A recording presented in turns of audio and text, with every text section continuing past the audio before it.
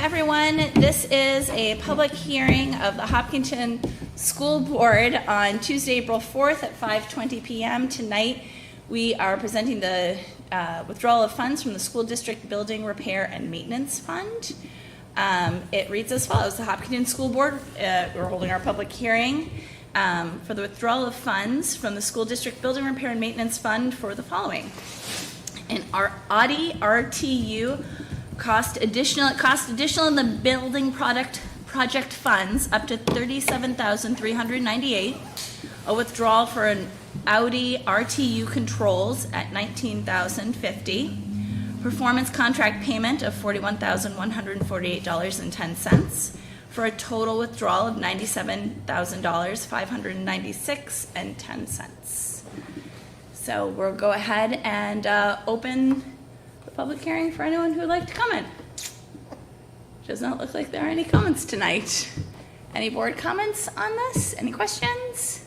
Can I just clarify for the record? Please do. So that it's on record that the Audi, the unit, and the controls, when we took the remaining building funds and transferred it to CIP, we had used all those CIP funds, and this will help cover the cost of the CIP funds being zero, which is a good thing, right? So we used all those funds appropriately, and then this will cover that cost. And then the performance contract has been in here for a couple of years in a row, so just for clarification if needed. Great, so this is kind of the rest of our building project funds plus our performance contract. Yeah. Excellent. All right, any other questions? Any comments on our public hearing? No? Okay. All right. With that, I'm going to go ahead and close the public hearing. We are going to be voting on this at our meeting, which is in 5 minutes. That's it.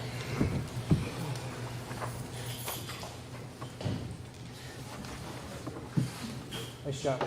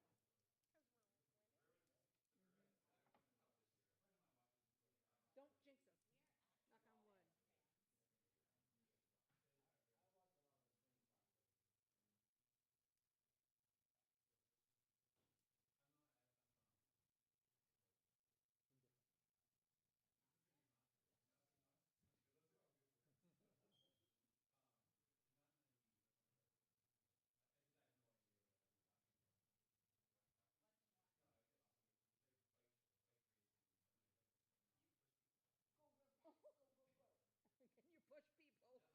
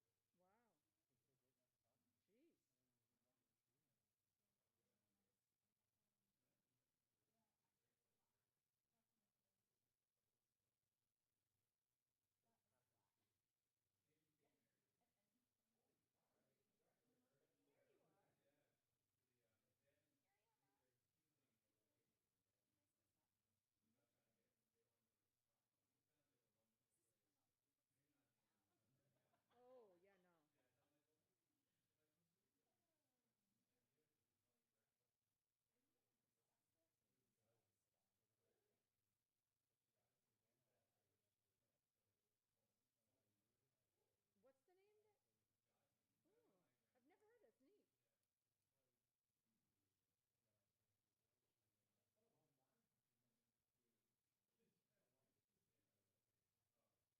Yep. Make motion to approve the slate as presented. Is that it? That was just like approving the slate as presented.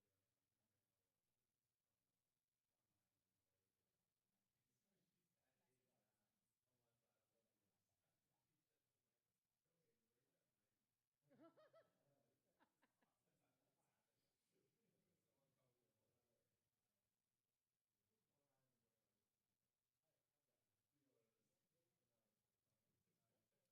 hold on. Oh, oh.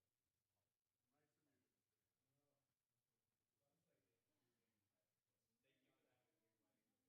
final read policy slate as presented. Yeah. So we must have done it before that. That was April 12th. I thought it was April 12th. Right on time. Oh, yeah. Actually,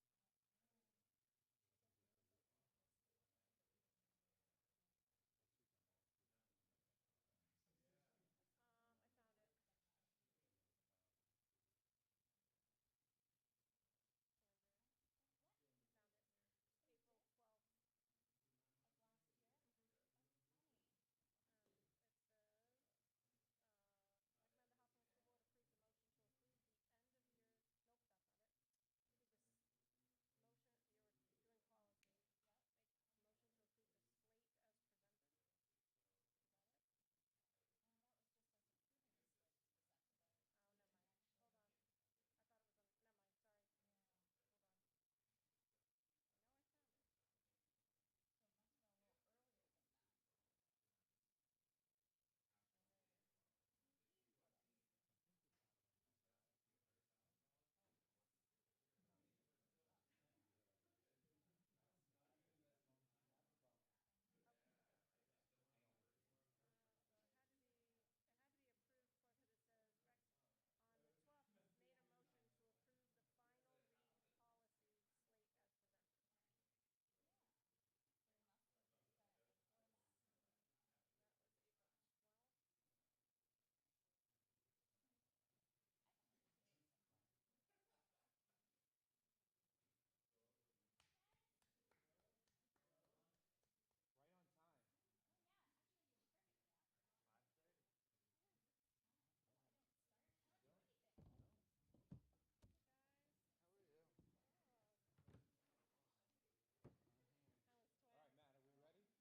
much of anything. Hey guys. How are you? Oh, how was All class? right, Matt, are we ready? Push you out of the way. We good? All right, good evening. Welcome to the Hopkinton School Board meeting for April 4th, 2023. This is the one and only meeting I get to open up every year as we now begin the reorganization of the Hopkinton School Board for the next school year. Today we have Mr. O'Brien, Mr. Goupel, Mr. Nato, Ms. Folsom, Michelle Clark, Becca Gagnon, Jody Condon, Noah and Flo as our student reps. Prior to the meeting, Michelle swore in both Rob and Andrea. For the record, it was recorded, so we can go ahead and post that if necessary. With that, I'm going to ask Noah to say the Pledge of Allegiance for us. Wow. A lot of pressure. Pledge allegiance to the flag of the United States of America and to the republic for which it stands, one nation, under God, indivisible, with liberty and justice for all. I got excited, Noah. I'm sorry. So we customary to say thank you to those who are leaving, but with the election results, you are both staying. So congratulations on another 3 years of service. Prior to moving forward with taking nominations for the chair, this past weekend, our school district suffered a loss with Mr. Shorey. Mr. Shorey had been here for over 10 years, outstanding coach, outstanding teacher, but in my short time here, I can't tell you if there's a better human, honestly. I'm not sure there's a single person that can say a bad thing about him ever. And he was extremely well respected here in this community, but I can tell you the footprint that he left in Franklin and will continue to leave behind is something that will live on for some time. So with that, I'd like to take a moment of silence for Mr. Shorey.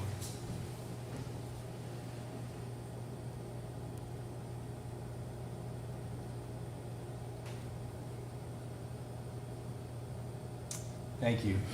I'd like to just communicate that we are still working through some things in regards to with his family and any services that may be occurring. So once we know more, we'll certainly communicate that. I would commend the administrative staff and the crisis team at the middle high school for things that they put in place for Friday. Commend the students and our staff as we work through some loss. It's never easy for a school district. It's certainly never easy for students. But I think the email or the communication that we said on Friday, it's another testament to what makes Hopkinton great.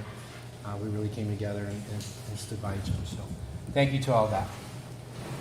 With that, we are going to move forward with taking nominations for the 2023-2024 board school year.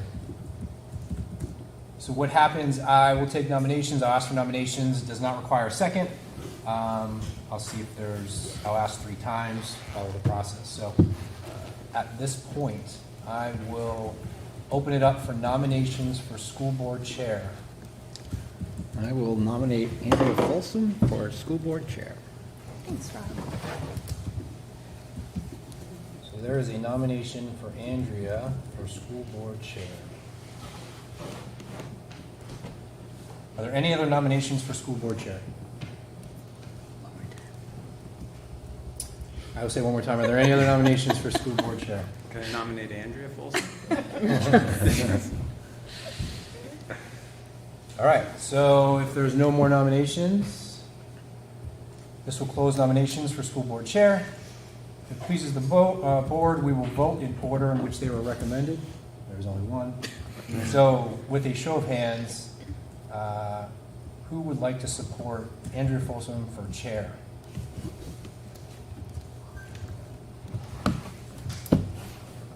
All right. Congratulations, Andrea. You are now the chair again for the Hopkinton School Board. And with that, you can essentially take those words and change it to vice chair. Perfect. Excellent. Thank you guys very much. I look forward to serving as chair again this year. Hopefully I learned all there was to know last year, and so I'm sure this year I'll be perfect. I say that very tongue-in-cheek. All right, so on to vice chair. So again, I'll ask 3 times for nominations. Unlike Beetlejuice, it does not mean the person will appear. And then before I close it, and then after you'll vote for vice chair, and they will just be vice chair. They don't get to take over the meeting. So is there a nomination for vice chair of the Hopkinton School Board? I will nominate Dulcie Lapoma for vice chair. Excellent. All right. Nominations for vice chair. And nominations for vice chair. All right. It is a weird process, but we've asked 3 times. We'll go ahead and vote. Can I say something before we do vote? Yes, sure, there can be I wanted discussion. to extend, thank you, Rob, for being vice chair for the last couple of years. You did an amazing job, and I just wanted to go on the record saying I appreciate the communication and all that you did with this board as vice chair. Thanks, Norm. Thank you. I agree. He's not leaving. I know, but I just want to get thanked. It's gonna take the wing again. Yep. I am taking the wing again. All right, well, so with that, is there, by a show of hands, is there a vote for Dulcie Lapoma for vice chair? All right. And Dulcie is unable to join us this evening, but she will be thrilled and honored, I'm sure. And similarly, I want to thank Rob for your work in vice chair. I know you've got plans for this year that we'll get to right now. So we can go ahead and talk a little more reorganization. We talk committee work. Yeah, so I would recommend discussion for sure. Yeah. With the new vice chair not being here. Yeah. I would say the confirming of the new committee positions should probably wait until all 5 are here. We'll do that. So discussion for sure. All right. So for this coming year, we have the same committees. I don't think. Well, actually, I can't speak to that. In the last meeting, Mike floated the idea of possibly starting another committee. That would be 1, 2, 3, 4, 5, 6, 7, number 8 for us, a legislative committee. Can I jump in real quick? Yeah. So before I threw that guys at you, really without actually any preparation, and after I was putting together next year, we will have negotiations as well for HES. So I don't think that's a good time for that committee to start gaining any legs right now. I think that maybe that's something we can reevaluate at a later point. Sounds like your faces are all agreeing with me, but that'd probably be my recommendation as of right now. Excellent. Was that the student mentor that you were talking about? I brought up like briefly a legislation board level committee to discuss LSRs that are coming through, to be aware, but. Okay. Yeah. Oh, okay. All right. All right, if we could, duplicate ourselves maybe. So we have the CIP committee, policy, curriculum and assessment, finance, safety, budget, and the EAC, the environmental action, energy. What is it? Energy Action Committee. And then, yes, we'll have the HES negotiations this year as well. Does anyone have any deep feelings as to where they would like to be this year? Rob? I have deep feelings. I would like to continue on finance, and if talking to Norm, I would like to be the representative to the budget committee. Those are my deep feelings. And then after that, I'll serve as agent. Great. Yeah. So I'm in full support of Rob being on the budget committee. I think he did a marvelous job with me last year. He was, once I was the professor and he was the student. He got a good feel for that.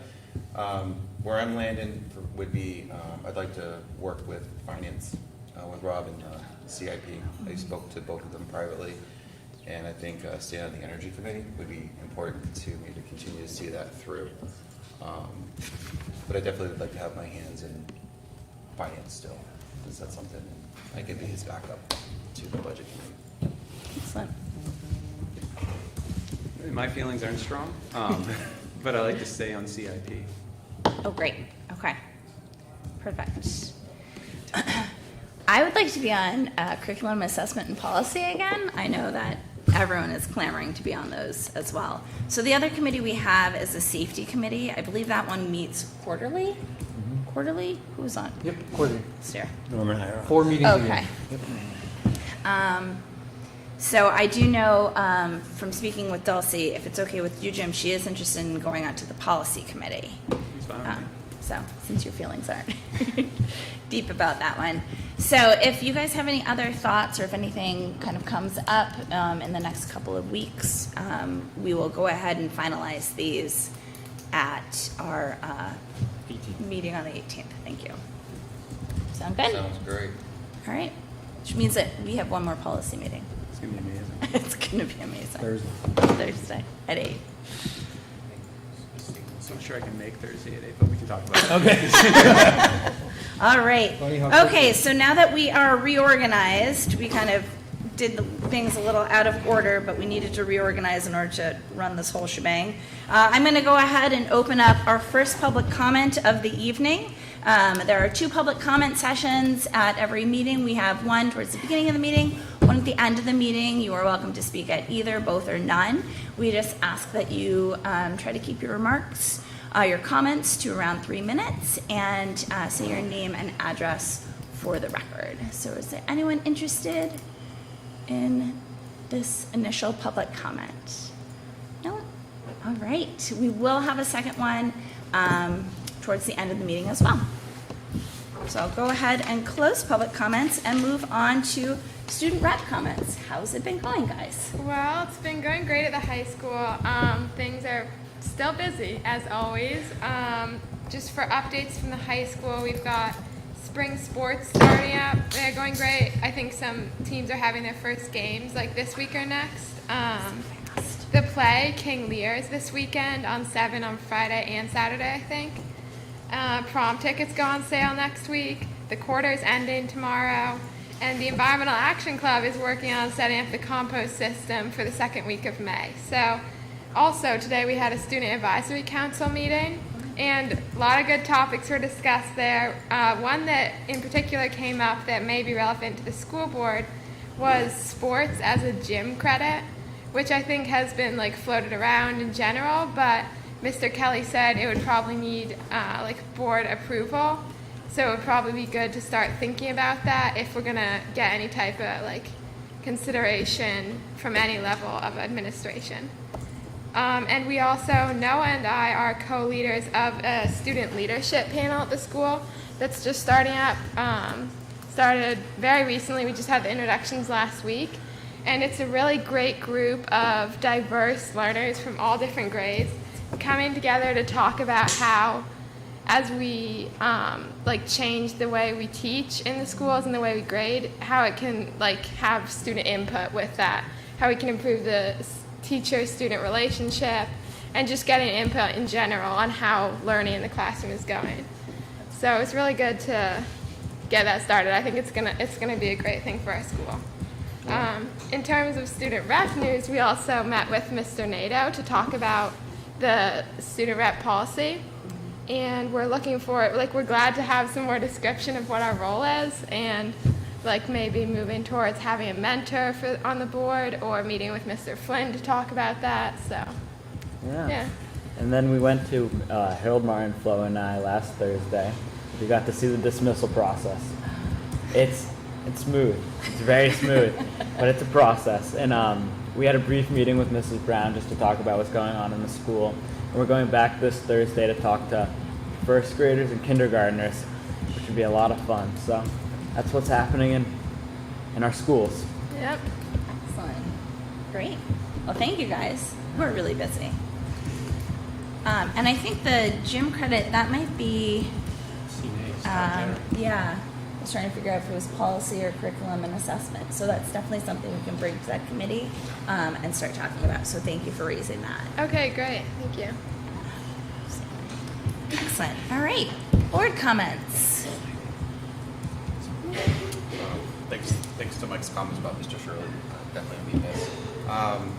Just wanted to point out that that beautiful vending machine with books, courtesy of the wonderful foundation, is out there, and it looks great. I'm not sure how they got it in here, but I'm glad to see it. It looks just awesome. It's awesome. I had to tell my daughter it was a token that she did not have to pay $13 to get a book. So, but thank you to the foundation for that. It's awesome. So I'm going to say a few words about Dave. When he came to Hopkinton, it was pretty clear that he was an incredibly dedicated guy. What wasn't clear initially was what a kind and dedicated person he was. His parents were, missionaries, and I think Dave's mission was school. And everybody's got folks they check in with on a regular basis. Dave was one of my check-ins, you know, whether it was something about school or, gee, should I really petition this that way? And is it going to carry the weight? He was always there to listen and help. And kids, I mean, from the time he arrived at 7 o'clock in the morning, driving down from Franklin, there were kids being tutored by Dave Shorey. And after school, it's the same. I mean, just an amazing.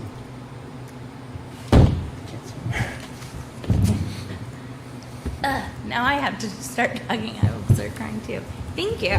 I just kind of going off of that, I just wanted to acknowledge that our high school students in particular have experienced a lot of loss this year.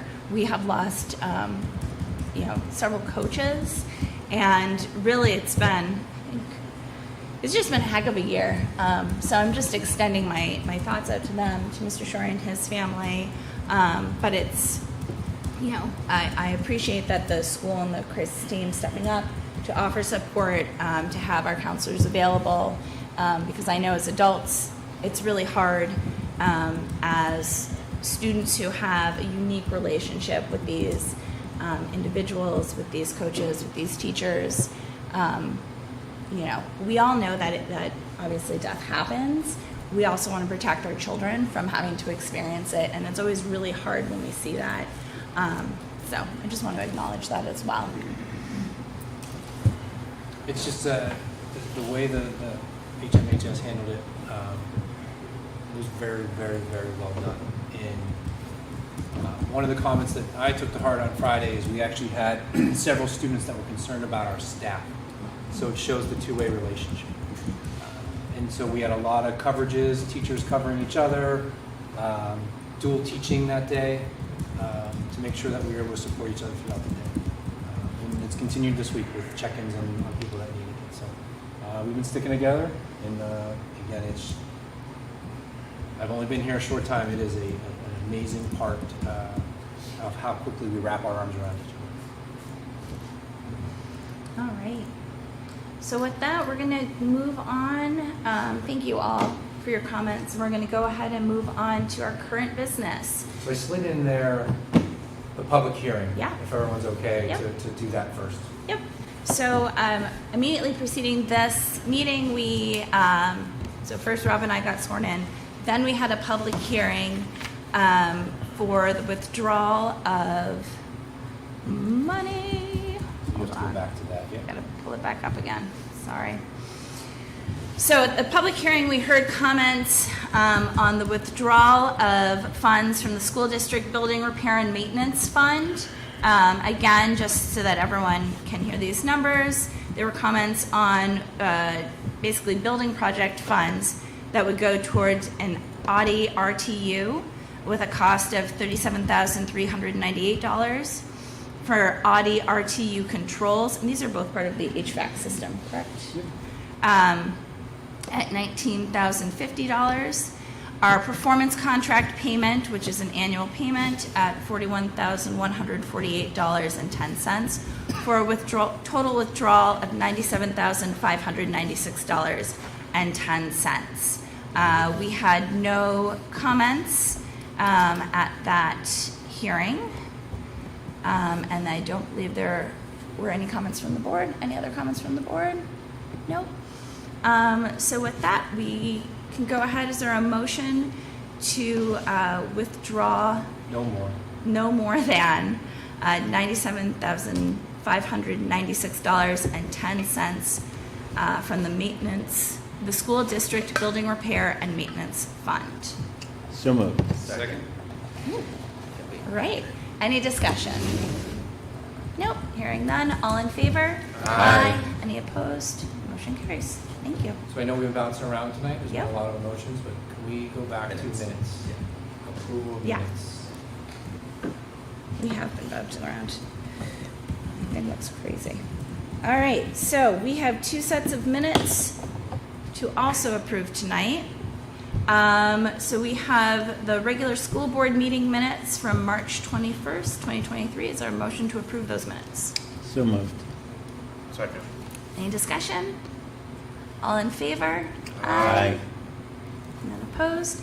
And is there a motion to approve the non-public school board meeting minutes from March 21st, 2023? So moved. Second.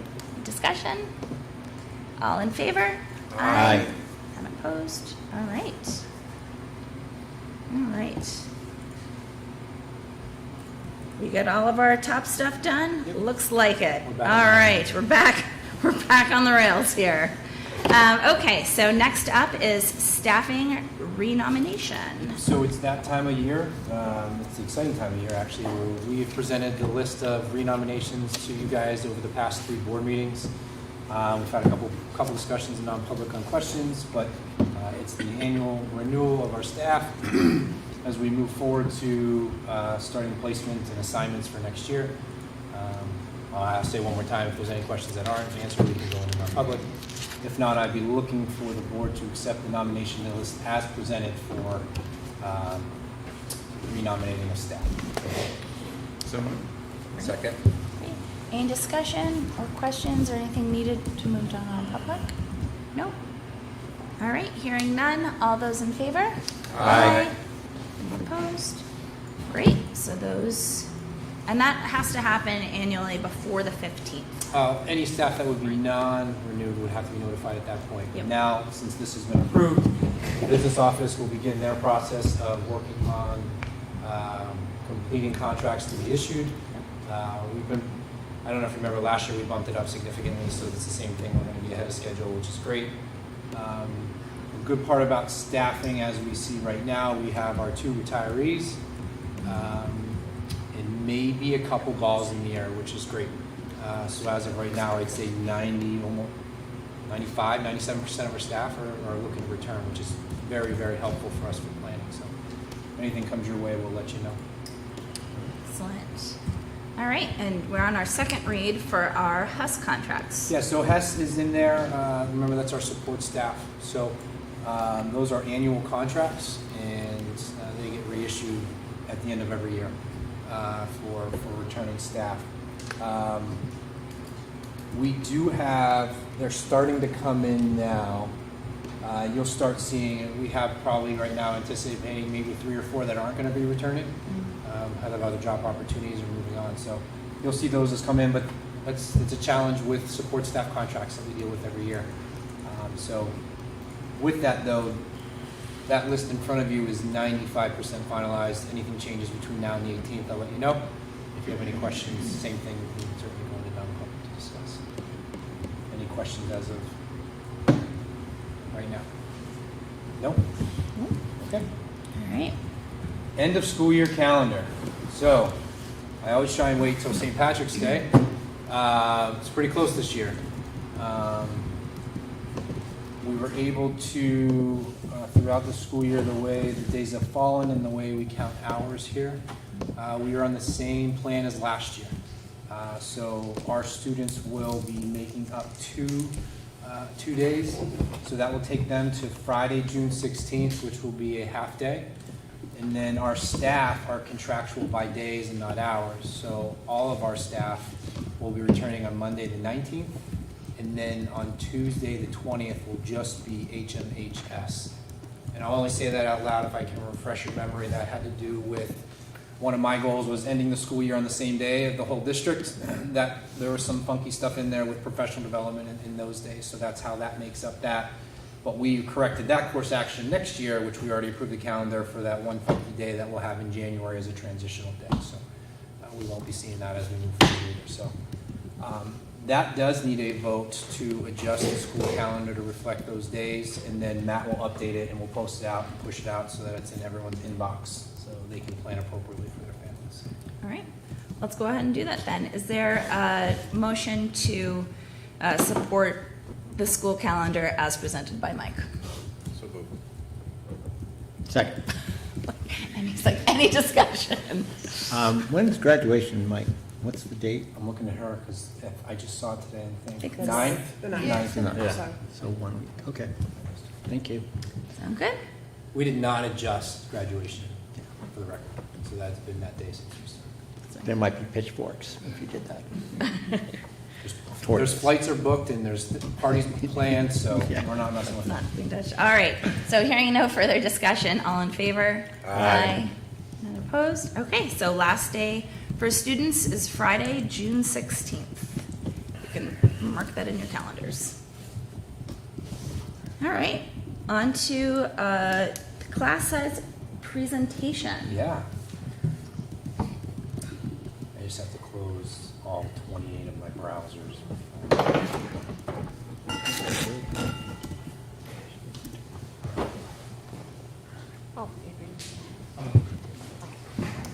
And as a reminder, last meeting, we had the New Hampshire School Board Association's policy as our jumping off point, and as a board, we asked Mike to come back and give us a presentation on class size. Jody, I think I got the number exactly right if I counted. There's 10 people out there. Oh, You guys, yours is in the, no, yours is, you can't take that. I was gonna hand it. Oh, okay, I thought you were gonna. Yours is digital. you don't get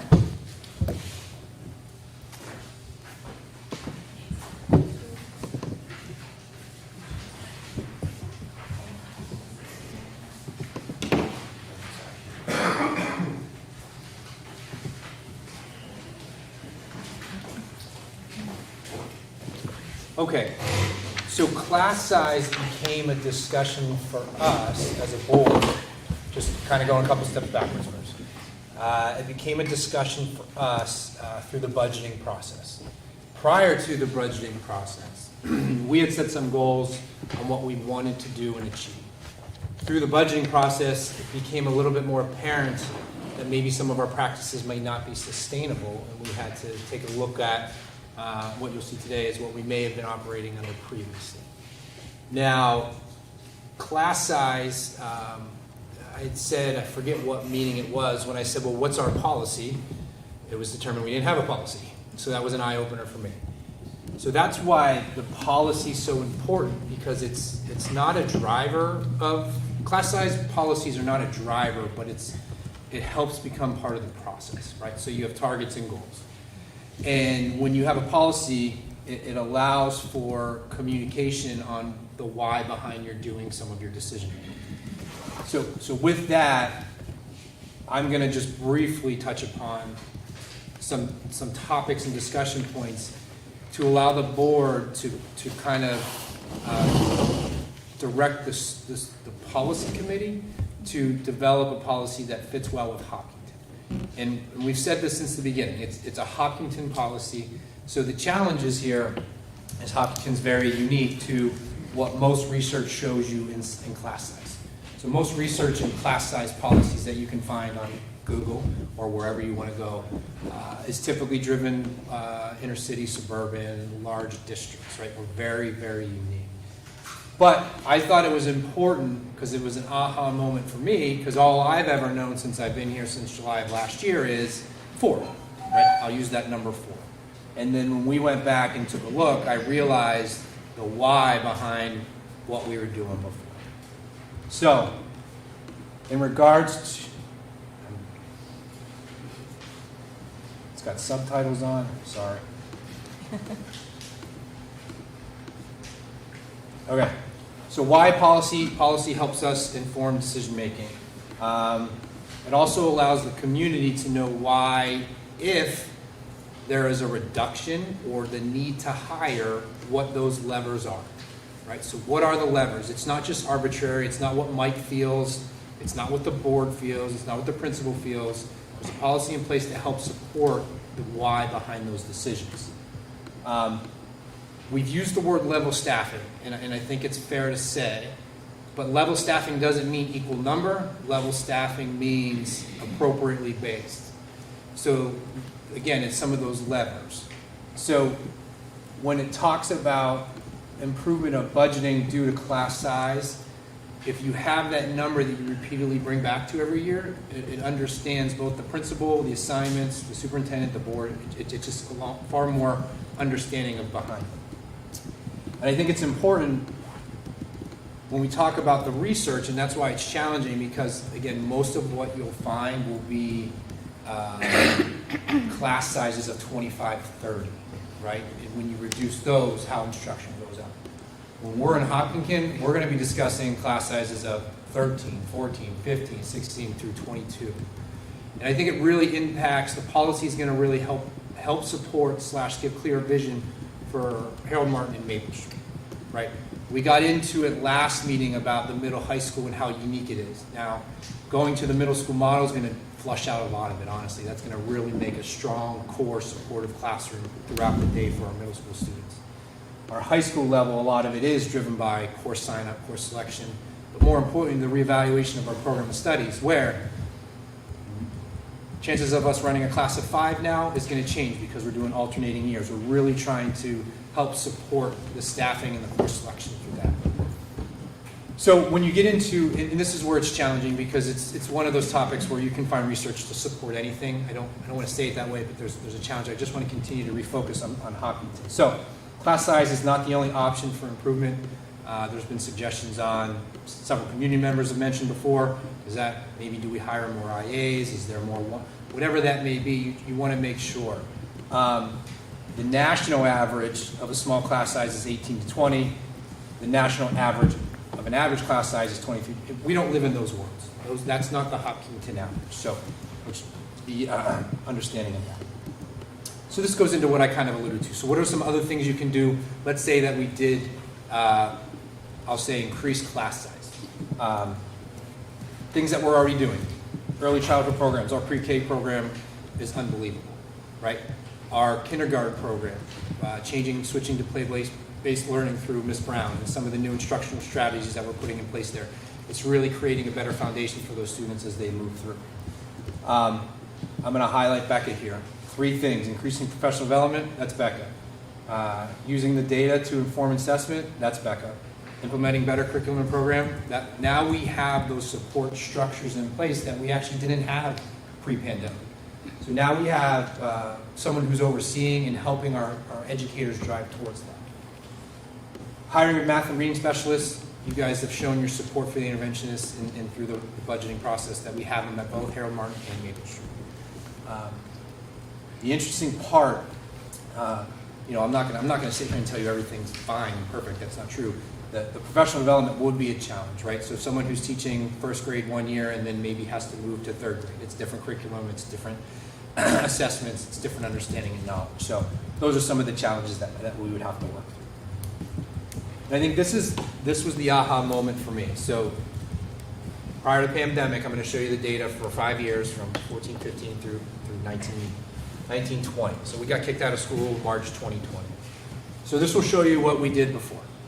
You're going to see a couple colors, but you can see that generally what happened is there was no more than 18 in kindergarten, 1st and 2nd no more than 22, 3 through 5 no more than 25. Those are eye-popping numbers, but you're going to see as we get into the next chart, the actual data, there's really not too many one-off years. So if you follow your cohort, you follow it diagonally on the chart, if you guys out there are paying attention. So your kindergarten in 15, I know it's going to sound crazy, but your kindergarten in 15, 16 is your 1st grade in 16, 17. So you can follow that cohort of classes through their progression through the Hopkinton School District. I don't know the graduating class, that may have been different. But as you can see there, the light colored, you guys are black and white, so the lighter colored out there would be 3 teachers per graduating class, and the darker is 4. So you'll see pre that year, we had 17, 17, 16, 16, 15, right? Our largest bubble, I'm guessing, would have been probably the senior class. I could be wrong. But it's that 2017-18 year when they were in 5th grade, they were at 24. Now, I don't know the decision behind that, but in that year alone, it looks like there was 3-4, 3-5, and 4-6. So I don't know why the decisions were made if you go all the way back to 1st grade and then being at 18. That could have been a targeted approach where you move that teacher. There were 93 kids. There was 93 kids there. So that's where that bubble would be. So what happened in 2020, we received ESSER funds is the easiest fund, right? And the board and the superintendent at that time determined that we should I think you guys were in an every other day model, if I remember. You were potting? I wasn't here, right? I wasn't. So I think you potted A's and B days, so it was half and half. And so there was an idea to increase staffing at that point. And then once you return, which would have been my year last year, there was 4 prior to me starting, that would help with closing gaps of instruction that may have occurred during those times. And then as we set goals for this year, it felt good to keep those numbers. But as we got into some budgetary stuff, it goes back to, well, what's the policy? We don't have it. So that's what it was pre.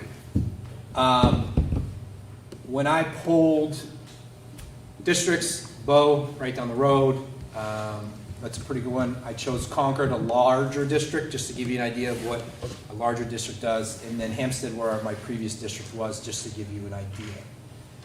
So if we were going to go back and forth between the graphic and suggested targets, I want to continue to say that it's important that we're talking about Hopkinton. And I think, Norm, you asked me the question, and it's more of an anecdotal answer, honestly, on how is it going to impact our education? Are our kids still going to succeed? You know, and I would tell you that our kids were succeeding prior, right? So if these are the larger classes, our kids were still achieving. When you lower class numbers to 15, so there's some this year that are 14 and maybe even 13, the job is much, as a teacher, I think Rob it is easier. Right? It allows you more time and flexibility.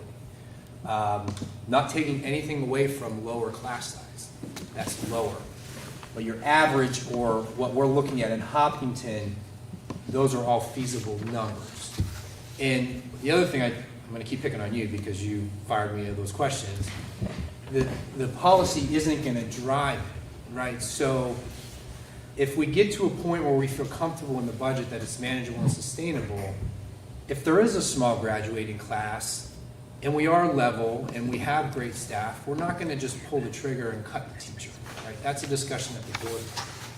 But there should be some discussion or some policy behind how we're making our decisions so that everyone's informed and it doesn't feel like they're ever, again, I'll say arbitrarily picking on a grade, a class, or anything of that nature.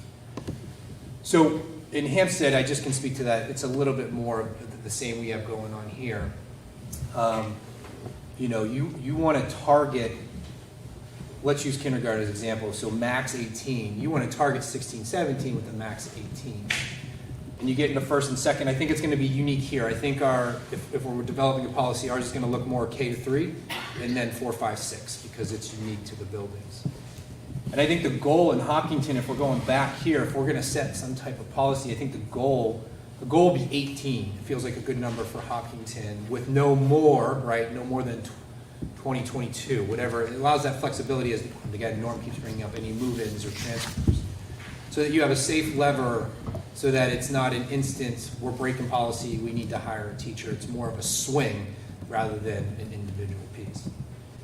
But that's what I wanted to present this evening is kind of just a backward step so that we can then set policy to help future movement or non-movement, whatever it may be, with the understanding that reasonable, right? We're not talking about 25 in a class in Hopkinton. We're not talking about changing our teaching practices or professional development. We want to make sure that the right people are in place, and we wouldn't have drastic swings from one year to the next. It's interesting. The hardest thing in our profession is when I'm going to say when you try and pull back, right? It feels like you're trying to take away when really we're not. We're trying to reestablish the level set, and I don't know if we'd even be here if there was a policy in place.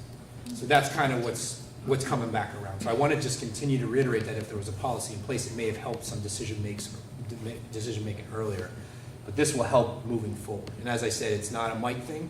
If I drop dead tomorrow, there should be something in place to protect both the district, the classrooms, and all of that. So, any questions?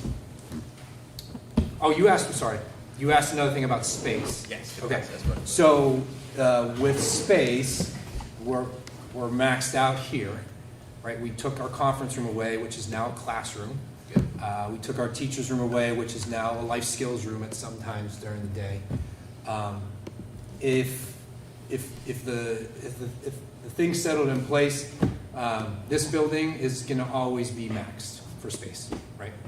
At Harold Martin, all those numbers on this chart would have reflected prior to the building construction being done. So what will happen at Harold Martin is if there was a reduction of a class to 3, that, depending on how the location goes, that would open up a new learning space. It could be a new intervention space, it could be a new small group space, it could be a new, you can go down all those things. So it would allow for more flexibility at Harold Martin if that were to occur. Would you consider moving a class to like one of the new additions if it was large and then let's say it was 3 sections of? Yeah, I think that's for Ms. Brown and the staff to decide. Okay. They They would figure out what they feel is Yeah, operational. yeah. Okay, yeah. Cool. Thank you for answering my question. So this was the purpose of this presentation. We started 2 weeks ago, feels like last week, 2 weeks ago with, hey, this is something that's come up. We want to start talking about it. We want to deliver. You guys asked for some more information. This is more background knowledge. And really now what you guys should determine or work on is directives for the policy committee, either goals, information to gather, and kind of develop that timeline on well, now it's Dulcie and you. So on that, you're out. Not yet. We didn't finalize. Oh, that's true, sorry. Can always Hold you roll them there. back in. So a few thoughts for the policy group going forward. So Mike, when you said, small, so high school's a little different. Really the dynamics of the class define how it's going to go. Like I've had small classes, you're like, oh, I've got 13, this is going to be a piece of cake. No, it's not, because everybody's super quiet and I'm just doing dentistry 24/7, no fun. Versus a class of 24 with Flo in the front row going, I don't know if that. I don't see that. But anyway, so I don't know a lot about the elementary school situation, but I do see 3 things that I think we should consider. So the circuit breakers, so let's say we got 54 kids in a grade. That's 18, hits the mark, that's easy. We go up to 60, we're at 20, we're still in our flex zone. But then we go to 62, we break over a 20, I'm just using those numbers. Now the class size drops to 15, 16, which creates another set of, I would think that people might start to have some equity concerns. The other dynamics, I think, that have to be a part of this picture are, as kids come in, whether it's pre-K, K, or 1, you're going to identify educational needs, you're also going to identify behavioral needs. And how does that play into what's the best class size and going back to your professional development and all of those dynamics. So it's not easy, but Yeah, can I those are my speak to the thoughts. second one real quick? Yeah. I think that's why, it's another why behind a policy. I think when you're getting kindergartners, the goal should be lower class size. And I keep saying lower, meaning you hit that, because they're adjusting to school. It's the first time they're in this, whether than pre-K, but now you're with all of your kids. So if you're going to target like 4 for kindergarten, I keep saying it out loud, would be a great adjustment for both the staff and the students. And then really once you get into that 1, 2, 3, that's what makes Hopkinton unique, is the building structure. So does 1 and 2 look different than 3? That's what the policy would have to help support there on that piece. Because I think you put a kindergarten teacher here, they're going to tell you lower the better. That's what it is. The lever piece, that is the interesting dynamic in looking at our graduating class sizes. If our numbers are going to level off here or continue to grow, it's going to come back to another discussion for the board. It might have to reevaluate it, because our last 3, Becca, I'm going to look to you. I think kindergarten 68, 63. Did you have it right in front of you? I can't pull it up because of my. I think it's 68, 63, 60, like they're all within that 67 range. But our 8th grade, our 6th grade is 80 something. So I now that we have a policy, anticipate having a policy in place, it's going to be a reevaluated one, I think, to talk about more what you're saying. And when you talk, you're right about the high school, because there's classes that run, I mean, phys ed can go up to 30. Some of our UAs can run depending on larger sizes. You guys know. Yeah, my Okay, class just making is sure. my class is 30 right now. Yeah. And it's still class size. It's still one human with all those kids. So don't talk less about the subject. Like sometimes people have, oh, it's just phys ed. That's not accurate. You know, it's still challenging with 30 kids. Science has limitations. You know, wood tech and safety. So it is unique on how class size is determined at the high school level.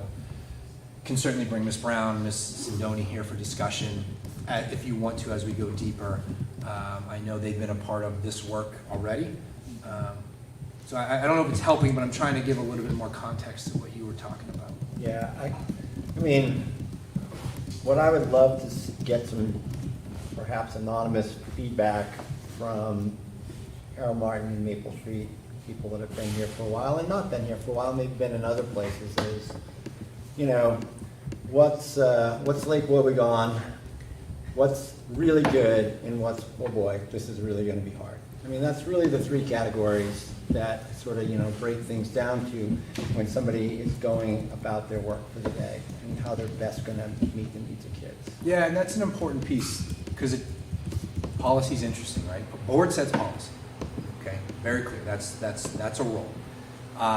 When policy doesn't exist, you want to make sure the voices are heard, and so we can certainly.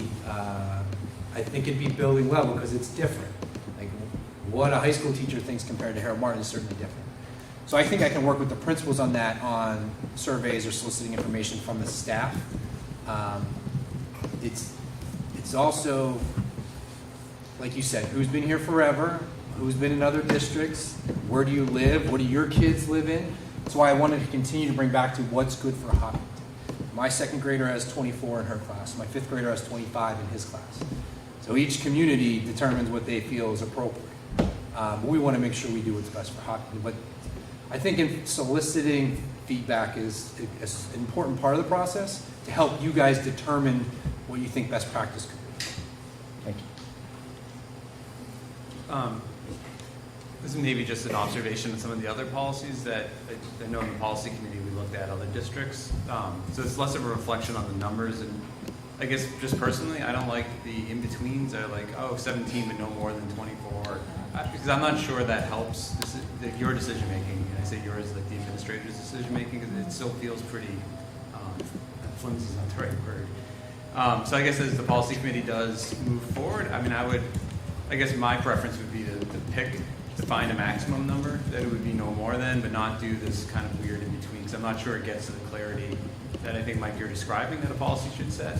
And I think it allows for more creative thinking on the part of the administration to sort of find classrooms that fit within that without having this sort of middle ground that I'm not sure is for clarity purposes. So anyway, as you guys develop it, that'd be my preference, is to bring back, not more than, rather than two separate numbers that may or may not be meaningful in and of themselves.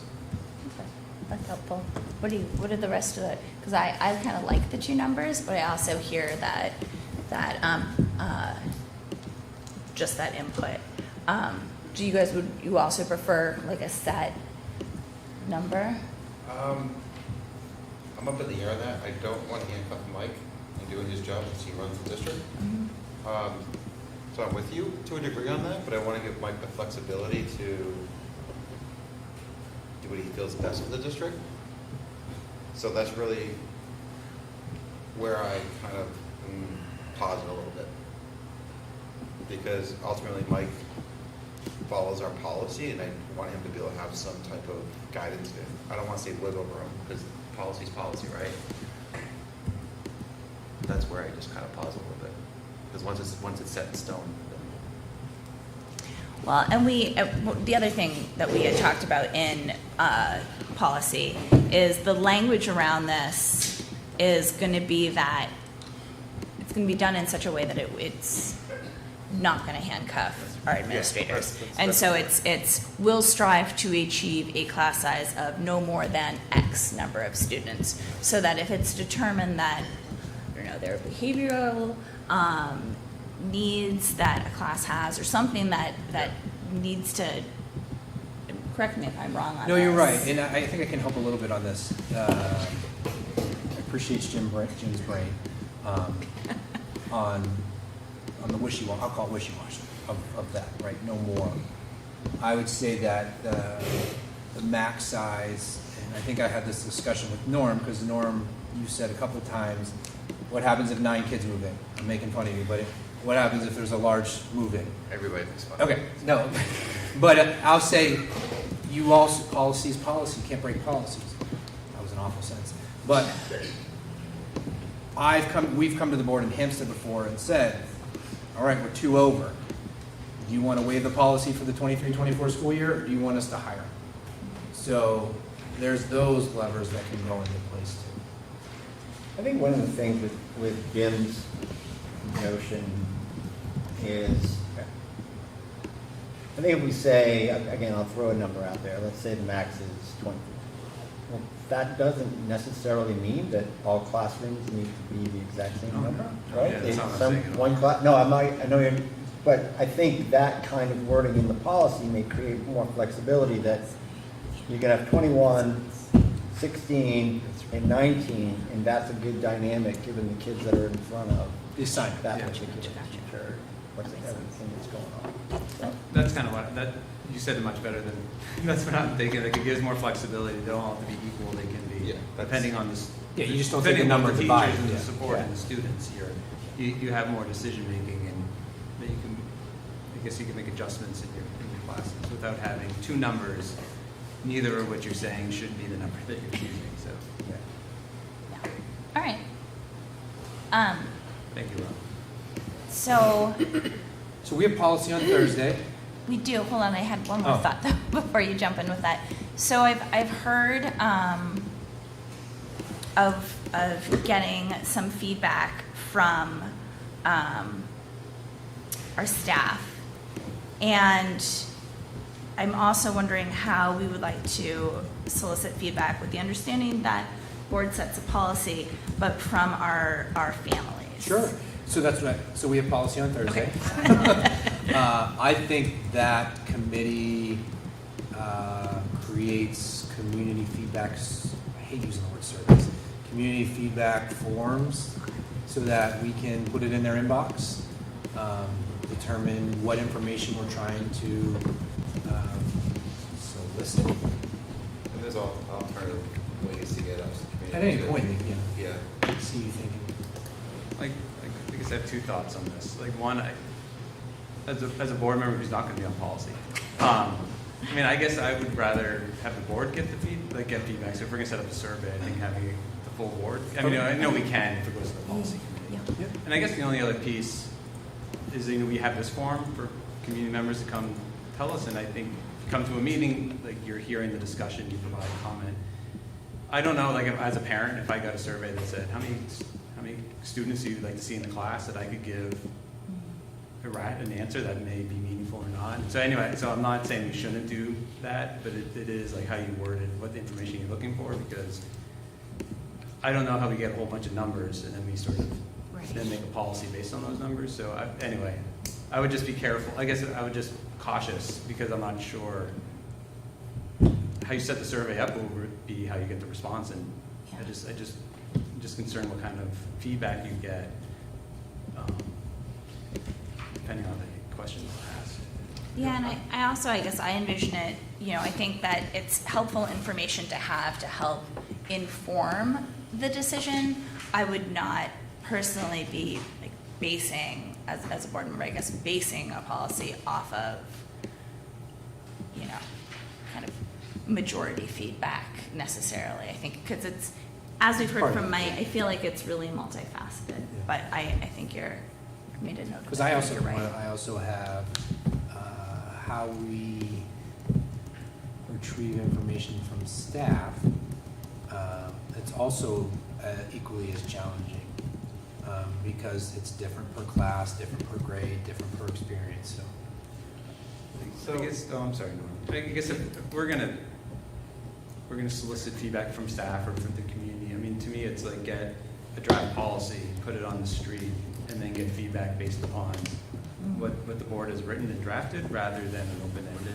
I just think we'll get better, we get better feedback that will be more actionable than it will be, I guess, sort of, throwing spaghetti against the wall. So, to me, it's like you can get a second read of a policy after you take this input. Yeah.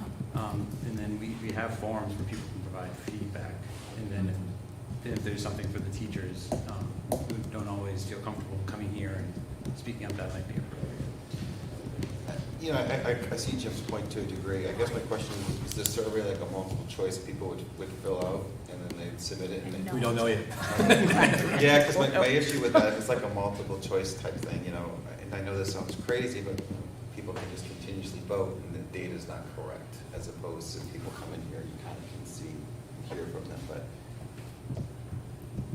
there are people who manipulate data like that, unfortunately. That's something that you got to look at.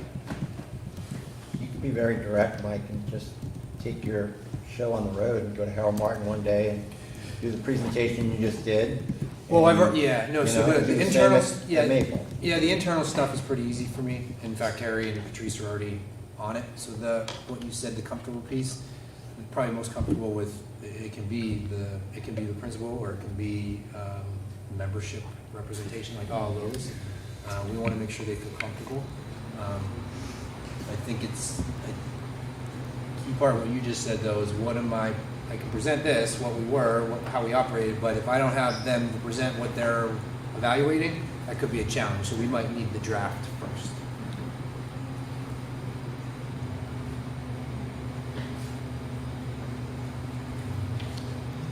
All right. So, One more thing. yeah. We knew this was going to be a multiple meeting process. Yeah. Okay. So I think we're all targeting like second meeting in May type of trying to come to conclusions. So plenty of time. Board can be reached at any point, at any time. Yeah. So. Is there anything else, though? Yeah, thank you for... This goes to a comment Becca made that she's made in a couple of our policy communities. I want to honor it and actually speak to it, which is if we, and I don't want to go back to how we did before, but if we go back to 3, and we move elementary teachers between classrooms over time just to make up for class sizes. Becca has said a couple of times that it is a challenging professional development. Like there's more support needed for those teachers for the reasons that Mike stated. And so I guess as part of the policy, it might be good to recognize that and maybe make it a policy of the board that when those changes happen, we provide extra support for those teachers who are changing. That's probably a practice that we have. But I think maybe for those teachers who are impacted, having it in a policy that the board recognizes that is a professional challenge, and we want to make sure that we're providing the necessary training and development opportunities to be successful. I agree. Can I echo something, if you don't mind? I mean, I've been flying the flag all night, but this development of this policy makes me feel a lot better with a position like Becca now. It just helps what you echoed, because the principal's already doing a lot. This allows some focused, targeted approach. Can I say something about the Absolutely. class size policy? I think it's really good that you guys are talking about this. It's definitely important to have something on the books for the budget and stuff. But as a student, I would also say that I think there's nuance in it, so it doesn't have to be just a hard and set number like you're saying. I think there can be a really good class of 25 kids, and there can be a not great class of 20 kids, especially if the teacher has to move to a different grade level to teach something because the class size is shifting. I think it's more important to have a teacher who knows how to teach that grade than to have a small class, if you know what I'm saying. Right. And we can talk to the HMS kids about it too when we go, because they're that exact age. Great. Yeah, thank you. Anything else that you guys would like to see from the policy committee? No? All right, I took a lot of notes on this one. So we'll report back on that at, I don't know if we'll have a second read by the next meeting. TBD.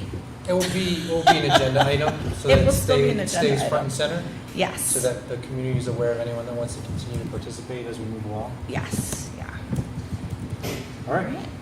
So end of year board goal review. So this is me of friendly, gentle reminder that this year I would really appreciate it if the board could review their goals by May and set new ones by June 16th. Okay. So, to remind everyone, my organizational brain is trying to bring some structure to the district. And I have reiterated that board goals, then Mike goals, then principal goals, then teacher goals. So last year, we developed goals late, which put us behind within the so forth and so on process. Now, I know it might be a tall task, but I think we can do it. Because I believe a lot of the work is moving, so I don't think we're going to be reinventing too much this year. And now that you know me a little bit better, it might help set those a little bit more. So that's all that was on here What for. were the dates again that you're targeting? I would hope, so we have one more meeting in April. We could probably put the board goals on there as a refresher. And then we have 2 meetings, maybe 3 in May. So that could be a checkbox / move on to the next year, and then another one that says maybe we set something new. And then we have one more in June. So. In the past, Rob has hosted a big barbecue for us in order to set these goals. It really helped with goal setting. And so I'm just curious if that's something we also want to put on the calendar. We could do it here. I mean, we could do it part in these meetings and part at a retreat. But if we're going to do that, which I recommend because Rob makes a good barbecue, that we put that on the calendar soon. Donaires are on the menu this year. I've already got it planned. You've got to be exposed to donaires. So I just request that our newly elected board chair and vice chair come up with a date for that so Nice. we can get it set. Yeah, and last year we ran into some scheduling conflicts because we had graduates. Yeah. I don't think we have any graduates this year, right? Nope. So I think we might have some more flexibility. Because I think we were going to try and do it on graduation day. Oh, Switch yeah. We did do it on graduation day, I think. Did we? No, I think we ended up canceling Later. because you had a party and he had a party. Yeah. Yeah. It wasn't that So day. long. You could shoot for mid-May. Yeah. All right. Oops, next one's you. Is there anything policy? I have actually nothing on policies. We have not met between the last meeting and, did we meet? I don't think we met. The last time we met, we discussed the class size policy. Yeah. Yep, all right. So no, I have nothing, there's nothing flowing. I used the wrong, I got the wrong name from an email. Oh. So we're moving on to consent? Yes. Are we okay with that? Yeah. Okay, moving on to consent agenda. Under the new hires, you'll see that we had mentioned 2 weeks ago about the AP Proctor. There's just a correction to who they're replacing. So no change to the person, just a replacement on their replacement.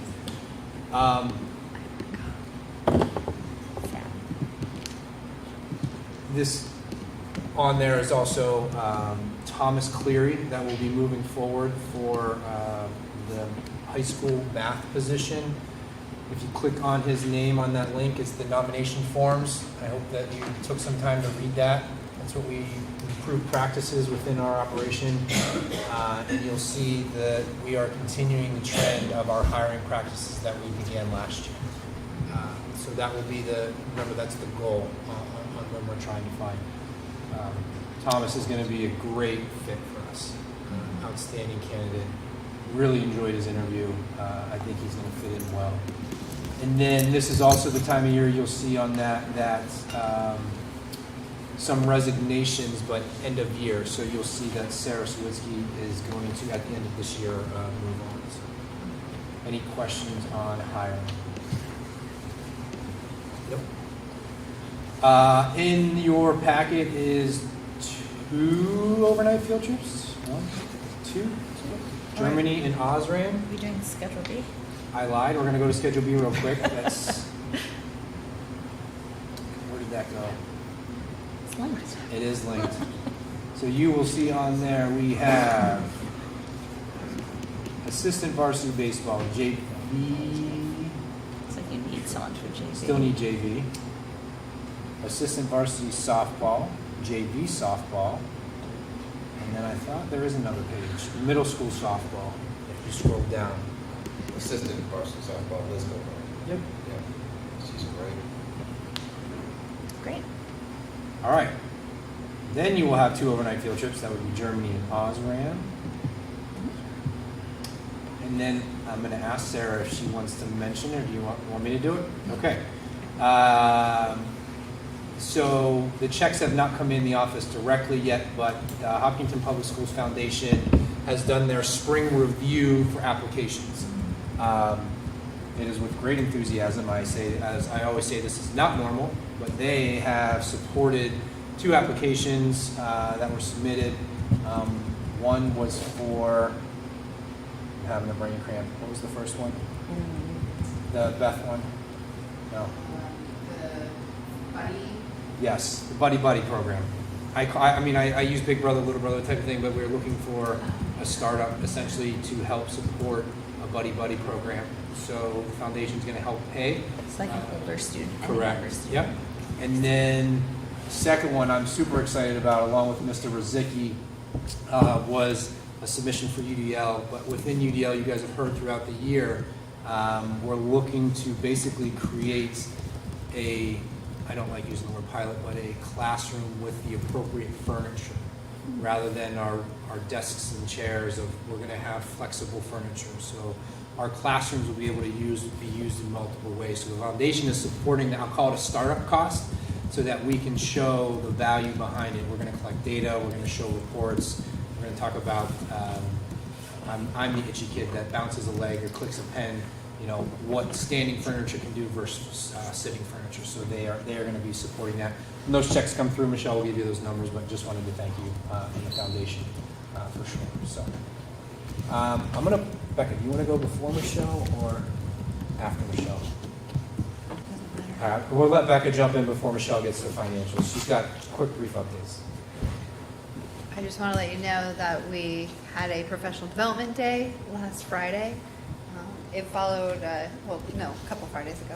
It followed a different structure than than some of what we've done in the past. So we started out by doing an all-staff meeting to go over Evaluations Plus, which is our new software.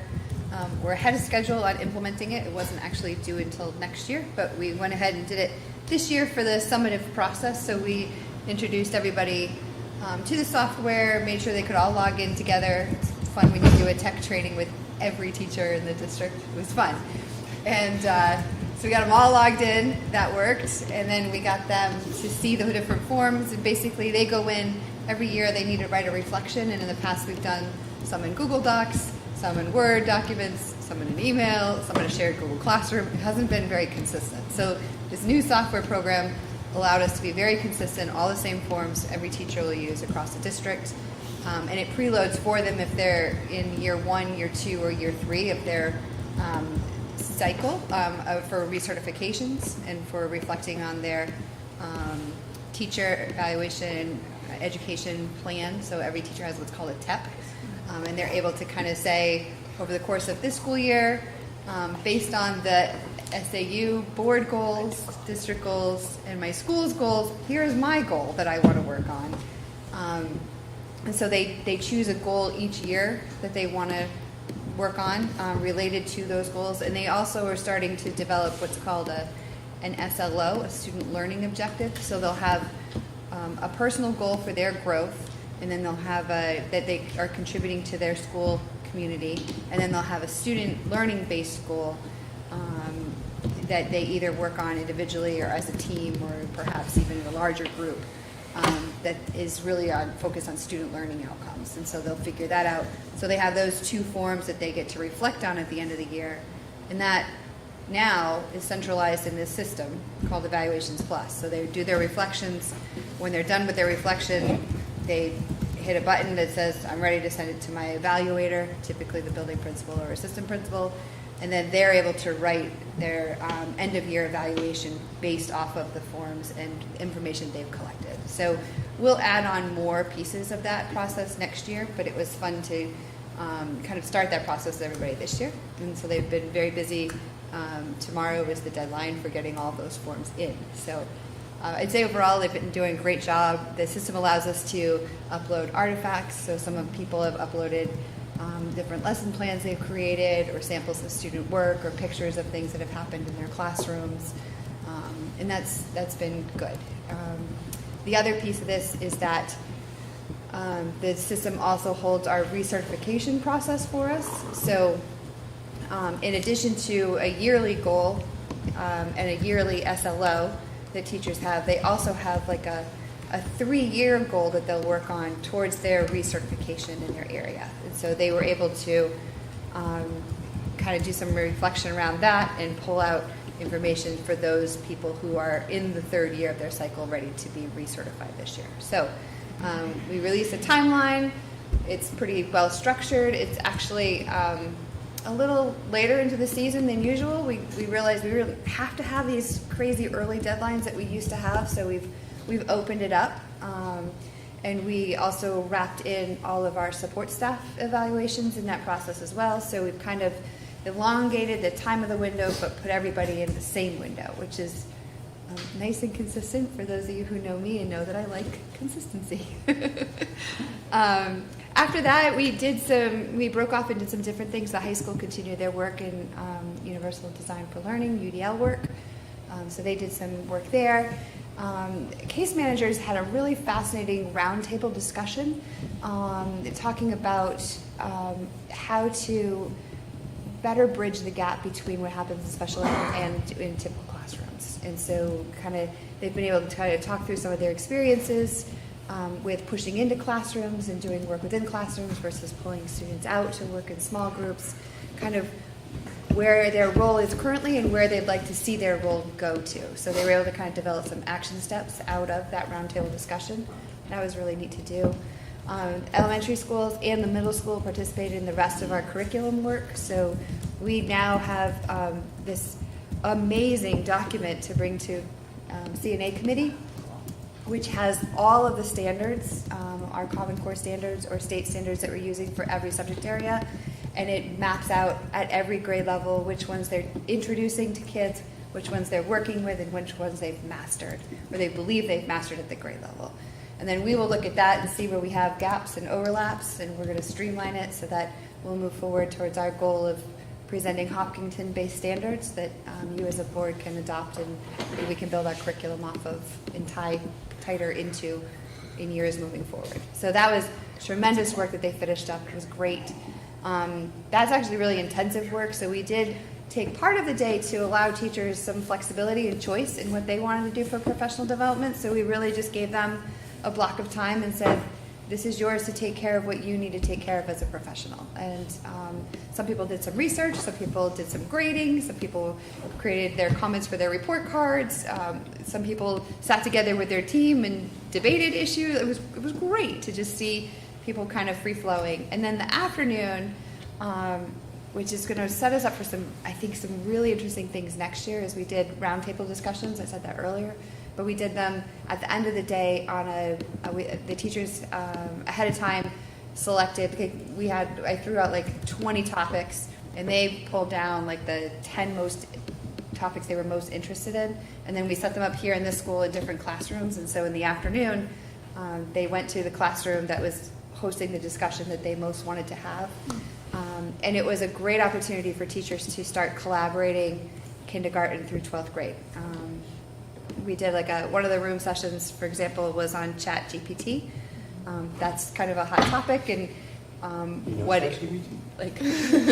what is it, from how might you incorporate it in your classroom appropriately, versus how to also talk to students and work with it, right? And so it was hilarious watching teachers experiment with it for the first time, and then be able to get past the, oh my gosh, this is really scary, and move into, okay, what are some of the possibilities, and learn from each other and from each other's experiences. Another one you heard a little bit earlier about play-based in kindergarten. There was a great group that got together and had some enriching discussions and was able to create a small action plan around play-based learning. Another one was, I really like this group. It was the difference between a school library, a classroom library, and a book room. And why do we have all three, and what purposes do they each serve, and how do we best unite them together around some of the reading and literacy initiatives that we're trying to accomplish in our schools.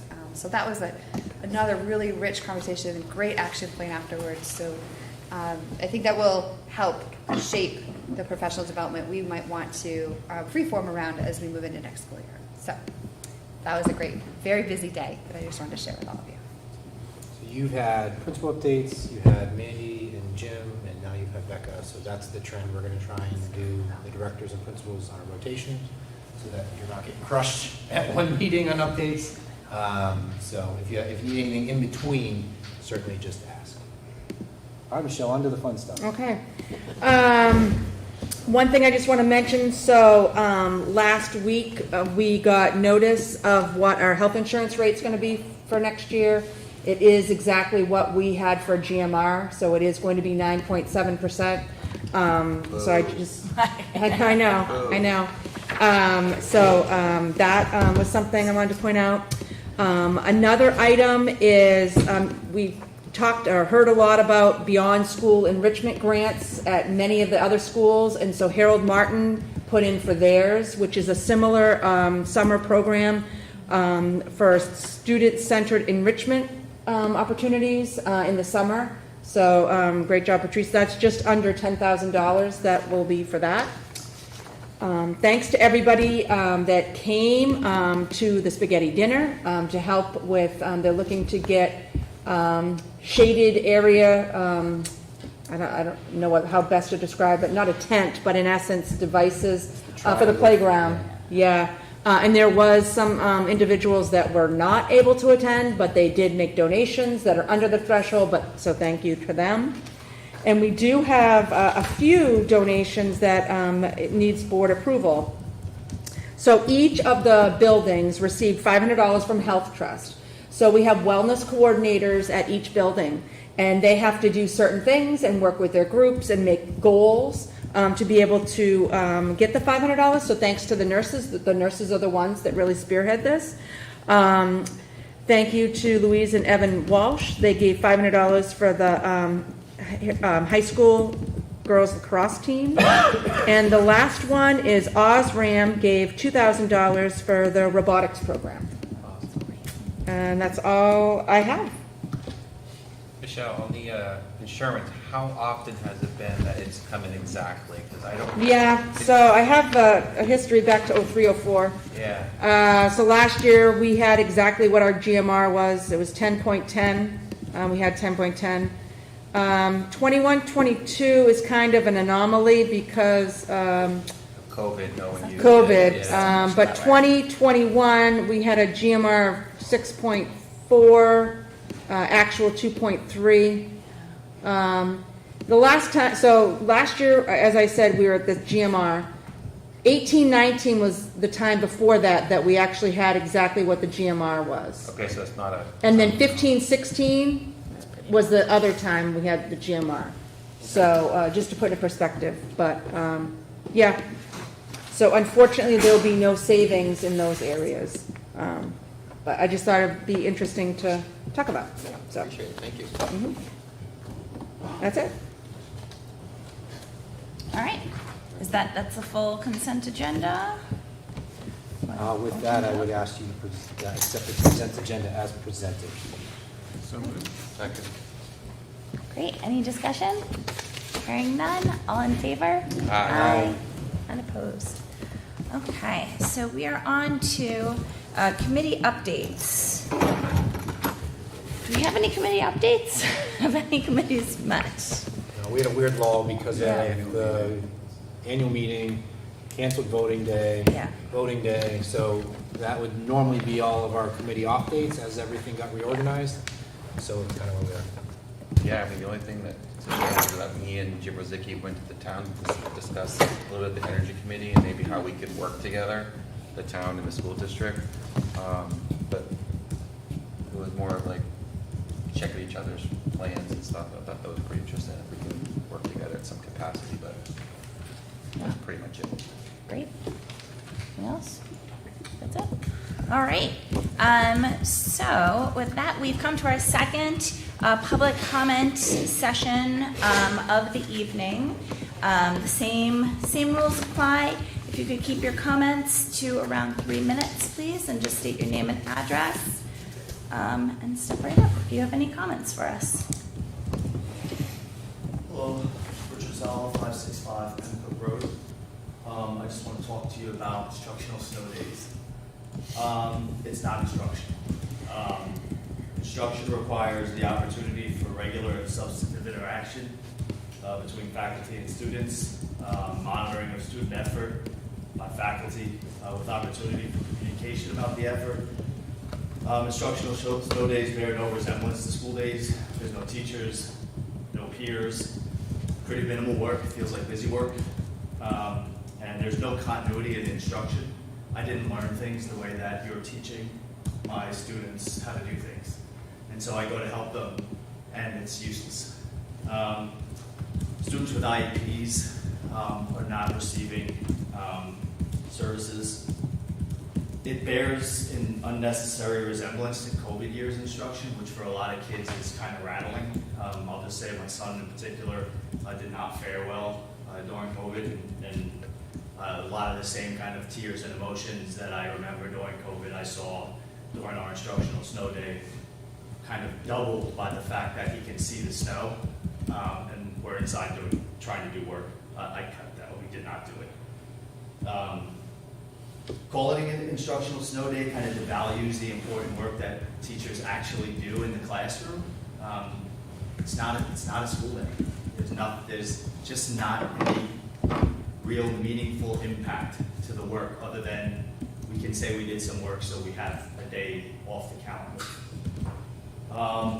At a time when there's a lot of discussion about mental health for students, it seems that this robs students of a natural mental health day.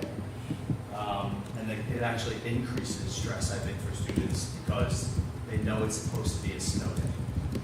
And then the last thing I'll say is it's not fun. It sucks. And families should be outside sledding. And it's like one of the beauties of living in New England. You get snow days, and they're fun. And we make snowmen, and we pour, syrup on top of snow, and we eat it. Rather than sitting looking at a packet that really adds little to no value to the students, and the students' learning. So I appreciate that. I appreciate all the work that you do, but just wanted to let you know my thoughts on instructional snow days.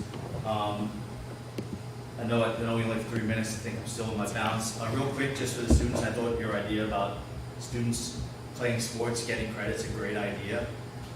There's a lot of turnover in your position, so I just encourage you to create a memo and document like the steps that you're taking so you can pass that off, so you can find some continuity there and see that thing through.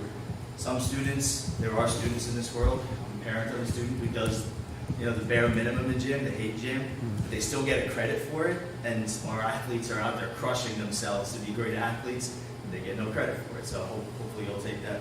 And then the last thing, just really quickly, there's so much literature to support what Superintendent Flynn was saying about class size. Most of the numbers, at least from my recollection, I work at a law school, but we're going through the same conversation, especially as a lot of the transition to like online learning is happening, thinking about class size.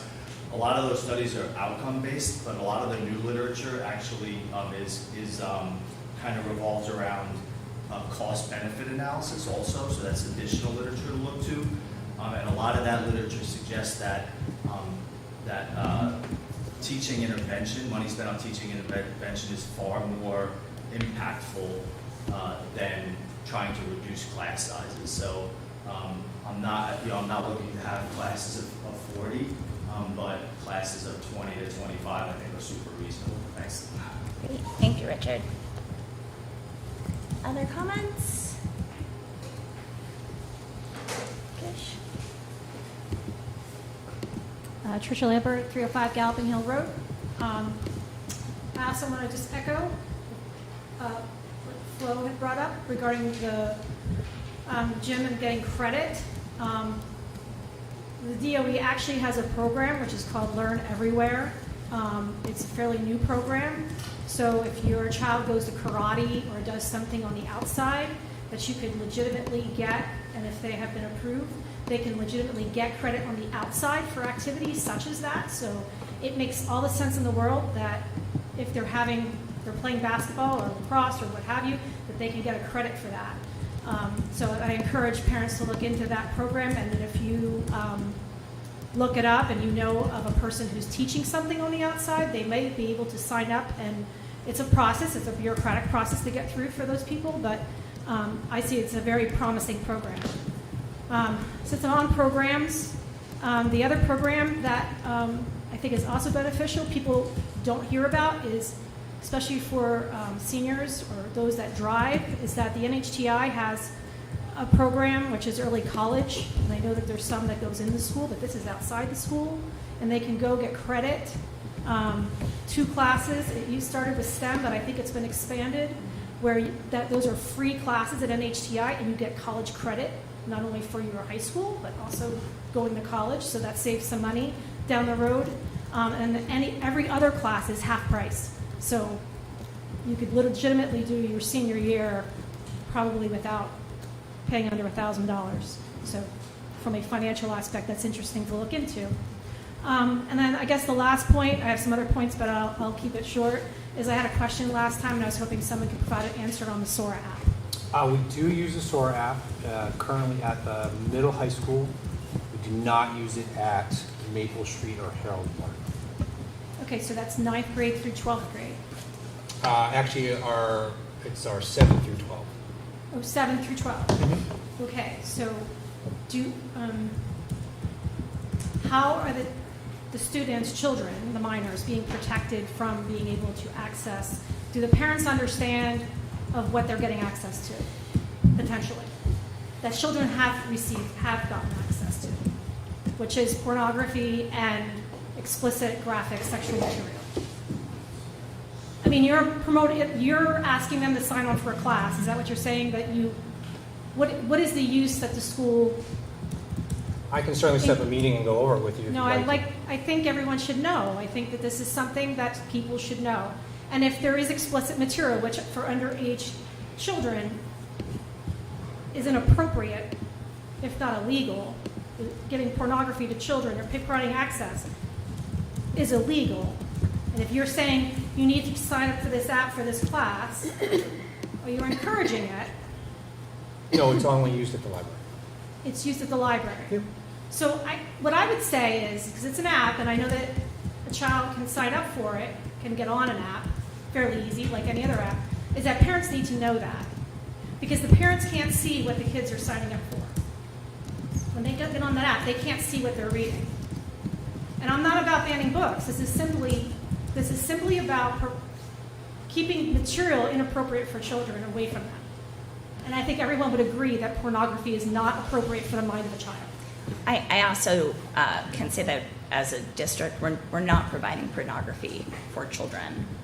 If you have the app and you're encouraging that app in any way without putting up a warning for parents, that's a problem. Okay. I just want to make it clear that as a district, we are not providing pornography for students. If you're showing them in the library to sign up for this app without the cautions, you know, if you go to the store, they have a cover and they're explicit, they have warnings for that. Parents don't know that. Well, I would say that it would be necessary for the school to send home, or Parent Square, to let them know of that potential so they could watch for that and make sure that their children are not gaining access, because it's like opening the door.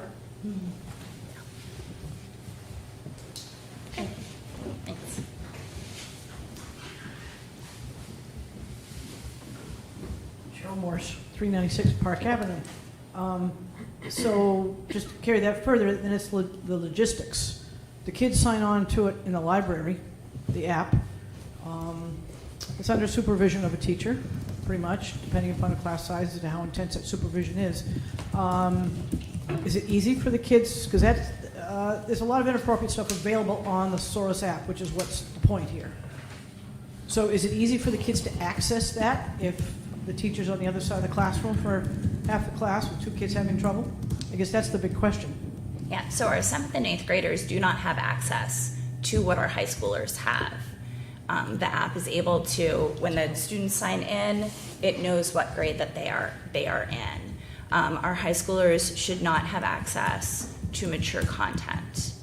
You say your 7th, 8th graders don't, your high schoolers should not? Is that what I hear? Right, also don't. Oh, okay, also don't. Okay, Yes, thank you. but our 7th and 8th graders do not have access to the same titles that our high schoolers would have access to.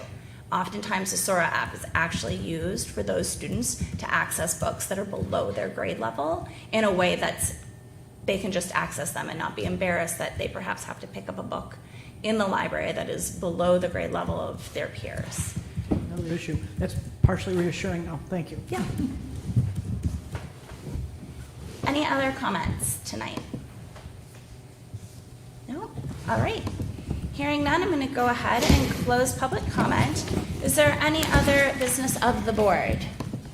We do have the need for a non-public this evening. We will not be doing any other business. After that non-public, we will go ahead and close the meeting. So is there a motion to go into non-public under RSA 91A:2, A for personnel and C for reputation? Second. Great. So roll call vote. Jim? Yes. Norm? Yes. Rob, yes. Andrea is a yes. All right. Thank you guys very much.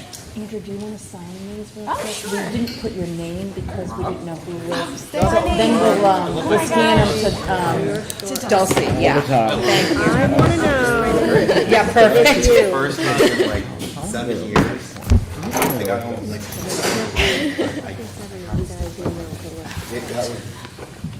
Internet. The only thing that throws me off there was. I think you could just Google it. I think you're all good. Are they? Thank you. Yeah. Is it just two? Yep, just two.